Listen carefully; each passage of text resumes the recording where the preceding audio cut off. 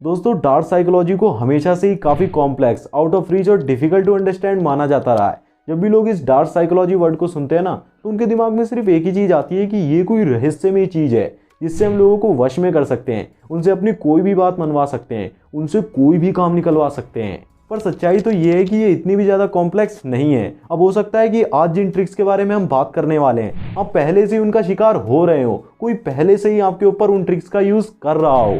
आपके लिए dark psychology के बारे में सीखना सिर्फ इसलिए ज़रूरी नहीं है क्योंकि आप इसकी हेल्प से लोगों को मैनिपुलेट कर सकते हो, उनसे अपना कोई भी काम निकलवा सकते हो, बल्कि आपको डार्क साइकोलॉजी के बारे में सीखना इसलिए ज़रूरी है क्योंकि आज के टाइम पर लोग जनरली आपके ऊपर इन ट्रिक्स का यूज़ करते हैं और आपको मैनिपुलेट करते हैं। लेकिन आपको कभी भी इन ट्रिक्स का यूज़ नेगेटिव वे में नहीं करना है, इससे सामने वाले को काफ़ी ज़्यादा नुकसान हो सकता है। तो हमारी ट्रिक नंबर 1 है सोशल प्रूफ। किसी भी चीज़ का सोशल प्रूफ देना। जब हमें ऐसा दिखाया जाता है ना कि काफ़ी सारे लोग उस चीज़ को खरीद रहे हैं, तो हम भी उस पर विश्वास करके उसे खरीद लेते हैं। इनफैक्ट कई लोग तो सिर्फ इसीलिए किसी चीज़ को खरीदते हैं क्योंकि उसे काफ़ी सारे लोगों ने ले रखा है।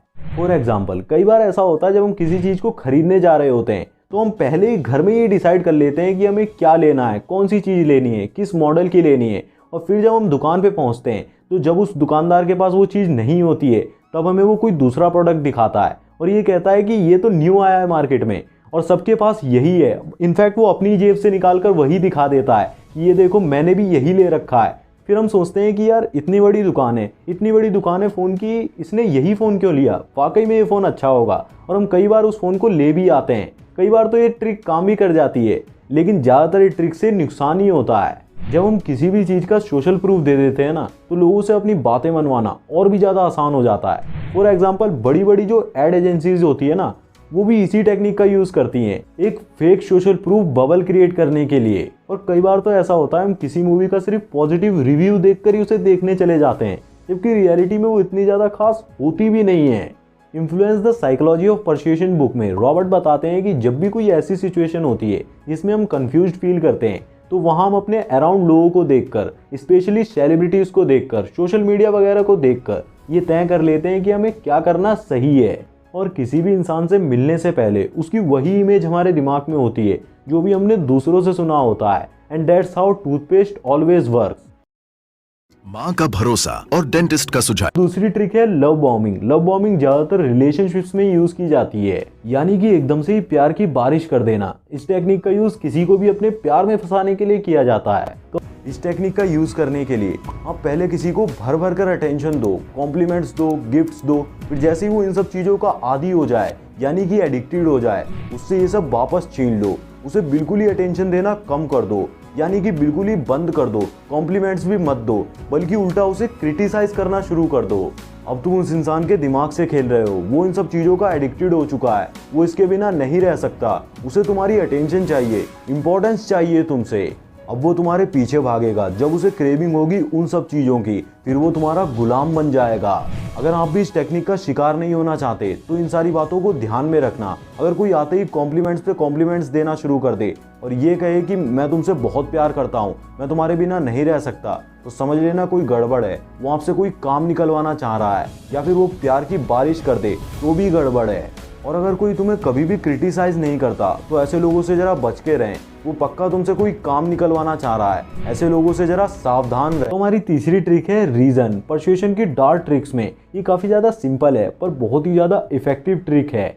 मैनिपुलेटर्स को जो चाहिए उसके लिए रीजन और लॉजिकल आर्गुमेंट्स देकर टारगेट को कन्वेंस किया जाता है। फॉर एग्जाम्पल, आपके पास 2 होमलेस इंसान आते हैं।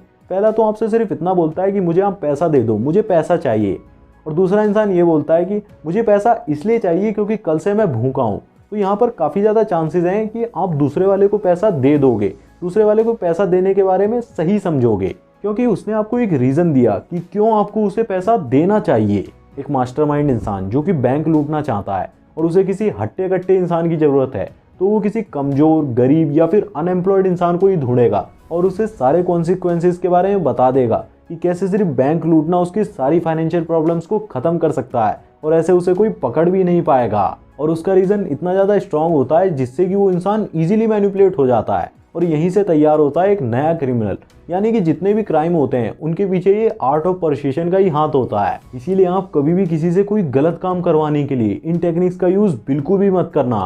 Trick number 4, self abasement. सामने वाले से हमेशा अपनी बात मनवाने के लिए हमारे पास एक स्ट्रॉन्ग पॉइंट हो, ये जरूरी नहीं होता। जरूरी यह है कि हम सामने वाले को फोर्स करके, इंसल्ट करके भी उससे कोई बात मनवा सकते हैं, और इसे प्रूव करता है सेल्फ अबेसमेंट। मैनिपुलेटर्स को जो चाहिए उसे पूरा करने के लिए वो खुद को हम्बल करते हैं, खुद की इंसल्ट कर लेते हैं। मोस्टली इसका यूज किया जाता है अपनी बात मनवाने के लिए, खुद पर भरोसा करवाने के लिए और माफी मांगने के लिए भी, और कभी कभी इसका यूज रिलेशनशिप्स को स्ट्रॉन्ग करने के लिए भी किया जाता है। सेल्फ अबेसमेंट यानी जब हम खुद को इंसल्ट करते हैं तो ये थोड़ा रिवर्स साइकोलॉजी से रिलेट करता है। जैसे कि आपका पार्टनर आपसे नाराज है और आपके अंदर मनाने की बिल्कुल भी पावर नहीं बची है, तो यही काम करेगा सेल्फ अबेसमेंट। ये ऐसे काम कर सकता है, आप उससे बोल सकते हो कि मैं तो बहुत ही ज़्यादा बुरा हूँ, मुझे तो रिलेशनशिप संभालना ही नहीं आता, मैं तो काफ़ी ज़्यादा बेवकूफ़ हूँ। और ऐसी ही 4-6 लाइन मैनिपुलेट करने के लिए काफ़ी होती हैं। और मेनली इस टेक्निक का यूज़ लड़कियाँ सबसे ज़्यादा करती हैं। वो अपनी थोड़ी सी बुराई करके सामने वाले से काफ़ी सारी तारीफ निकलवा लेती हैं। ट्रिक नंबर 5, गो स्लाइटली रॉन्ग। साइकोलॉजी की एक ऐसी ट्रिक है जो कभी नोटिस भी नहीं होती और हमेशा काम करती है। जो टॉप क्लास मैनिपुलेटर्स होते हैं वो भी इसी टेक्निक का यूज़ करते हैं किसी से भी अपना काम निकलवाने के लिए। इसमें थोड़ी सी गलत इंफॉर्मेशन वो भी पूरे कॉन्फिडेंस के साथ सामने वाले को बताई जाती है, जिससे कि मैनिपुलेटर को राइट इंफॉर्मेशन मिलती है, प्लस कुछ एडिशनल बातें भी पता लग जाती हैं। आप अपने आस पड़ोस में ही आंटियों को इस टेक्निक का यूज़ करते हुए देख सकते हो। जैसे कि अगर उन्हें पता लगाना ना कि पड़ोसी के बच्चे का रिजल्ट क्या रहा, तो वो ये कहेंगी कि मैंने सुना है कि अंजलि ने क्लास में टॉप किया, और फिर बस उसके बाद टॉप किया नहीं किया, कितने मार्क्स आए, पिछली बार से ज़्यादा आए, सारा कुछ उन्हें पता लग जाता है। ये एक छोटा सा एग्जाम्पल है जो कि काम कर भी सकता है और नहीं भी कर सकता। लेकिन मैनिपुलेटर्स इस टेक्निक को बहुत ही प्रोफेशनली यूज़ करते हैं और 99% बार उनका काम बन ही जाता है। ये एक ऐसी डार्क साइकोलॉजी टेक्निक है जो कि हिडन ट्रूथ्स को निकलवाने में हेल्प करती है और सामने वाले की इमोशंस और सीक्रेट्स को भी निकलवा सकती है। अगर आप भी इस टेक्निक का यूज़ करना चाहते हो तो आपको पहले कॉन्वर्सेशन में कुछ इनएक्यूरेट बोलना होगा, पर ये सेटल होना चाहिए जिससे कि सामने वाले को ये पता भी ना चले। फिर एक बार इनएक्यूरेट स्टेटमेंट देने के बाद सामने वाले का ये बार बार मन करता है कि इसे करेक्ट कर दिया जाए, और इससे आपको कुछ एडिशनल इंफॉर्मेशन भी मिल जाती है। तो ये थे कुछ डार्क साइकोलॉजी टेक्निक्स जिनको आप इजीली यूज़ कर सकते हो, और अगर आपके ऊपर इन टेक्निक्स का कोई यूज़ कर रहा है तो आप उससे बच भी सकते हो, खुद को प्रोटेक्ट भी कर सकते हो।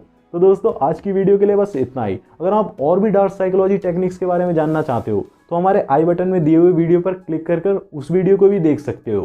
तो दोस्तों मैं मिलता हूँ आपसे नई वीडियो में किसी न्यू टॉपिक के साथ। तब तक आप ऐसी वीडियोज़ को देखते रहो और हमारी वीडियोज़ को शेयर करते रहो। जय श्री राम, जय हिंद, जय भारत।